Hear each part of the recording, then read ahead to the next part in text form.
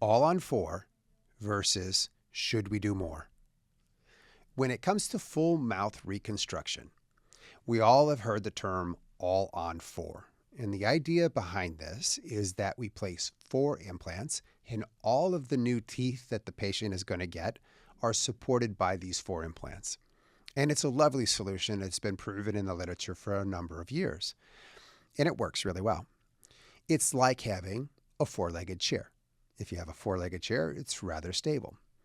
The problem that can arise with an all-on-4 is when you lose one of those legs. So when you lose one of the legs on a chair and you only have 3 legs, the chair becomes rather unstable, right? So if you lose one of those implants on an all-on-4, you run the risk of having a rather complicated recovery process. If we add more implants in engineering, what we call this is a risk reduction protocol. If we add a couple of extra implants, say 1 or 2 implants, so now it's all-on-5 or all-on-6, and one of those implants, for whatever reason, fails to integrate, it's quite possible with the modern restorative techniques that we have today that there's no change in the plan. In other words, you can proceed straight on to final without having to do an additional surgery to replace the missing implant. So in our practice, and what we recommend for our students, is that we try to over-engineer the solution. Now, there's a cost, isn't there? When we over-engineer something, engineers always want to optimize a solution, and we don't want to over-engineer it. So what does that mean? Well, notice I didn't say all on 10, okay? So an all-on-10 would be, I'm going to replace all 10 upper missing teeth or all 12 upper missing teeth, right? We're going to do all of them, right? From the 6s to the 6s, right? Well, you can do that. We've all seen the pictures on the internet of people that have had that done, an implant in every location, but that's a little bit excessive, isn't it? So just like the Goldilocks story, in the middle is where we want to be. And in the middle is somewhere around that 6 implant zone seems to be a really reasonable expectation for longevity of the prostheses. And so if you're in that range, what you find is that you do have a little bit more cost to the process up front, but it minimizes risks at the end. And by doing so, in my opinion, it's like insurance. So by adding 1 or 2 extra implants to the plan, we give the patient an inherent insurance program so that the likelihood of a complication later on is dramatically reduced. And when I say dramatically reduced, the number of complications that occur when we move from an all-on-4 to an all-on-5 are at least 300% lower. It's just remarkably lower when you have 1 extra implant. And the main reason is that because of the structure itself. It's an engineering math problem. And if you look at the beam and the spacing between the implants, the further apart the implant beam, the implants are, the beam flexes more. The beam being the prostheses, the set of teeth that you're giving.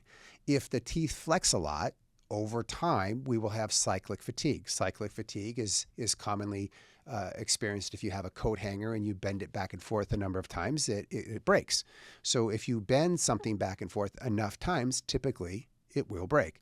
And so if you do an all-on-4, the likelihood of it breaking after a number of cycles goes up dramatically, like 300-fold, okay? So adding just 1 extra implant really reduces that risk. In addition to that, it's not a big deal. And people are like, well, I'm trying to reduce my costs and be competitive in the market. We all understand that. But your implant cost as a percentage of the overall solution that you're giving is probably 1%. So adding 1 extra implant is probably 1% of the retail value of the solution that you're giving. Okay? So for that investment that they're making, it's trivial. And then in terms of time, we all know that if you're doing a Type 4 fully guided process, it takes about, I was going to say 5 seconds, but maybe let's just call it 9 seconds to place an implant, right? It's extremely fast. If you include the osteotomy time, let's call it a minute. Okay, so it's 1 minute and 1% of your overall expenditure or your income that's coming into the case. to reduce the risk by 300-fold. Now, that, in my opinion, is a no-brainer. I want these solutions to be really long-lasting for my patients. I don't want them to have complications. I don't want them coming back. And there's one more thing that should be mentioned here. These types of complications, they don't happen often right away. In other words, when you bend a coat hanger, the first time you bend it, it doesn't break. The second time you bend it, it doesn't break. It takes a number of bends back and forth for it to break. So when we look at a solution, a prosthodontic solution, it takes a number of cycles for it to break. And this is somewhat of a problem for the industry. And why?